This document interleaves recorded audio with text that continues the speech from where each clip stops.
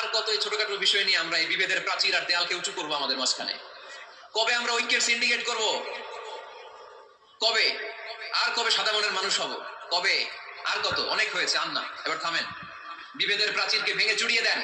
ঐক্যের এমন সিন্ডিকেট করতে হবে যাতে কোনো অপশক্তি এই ঐক্যকে ভাঙতে না পারে, বানচাল করতে না পারে। চিল্লায় বলেন ঠিক কিনা? এজন্য মিউচুয়াল রেসপেক্টের দরকার, পারস্পরিক শ্রদ্ধাবোধ।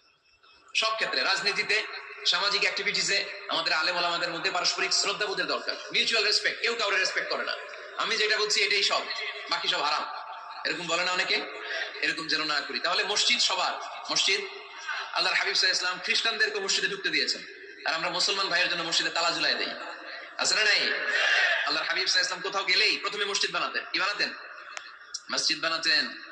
মক্কা থেকে হিজরত করে মদিনায় আসলেন, কোবায় থাকলেন কয়েক সপ্তাহ। কোবা পল্লীতে তিনি মসজিদ বানালেন, মসজিদ কোবা। ওখানে প্রতি শনিবার কেউ যদি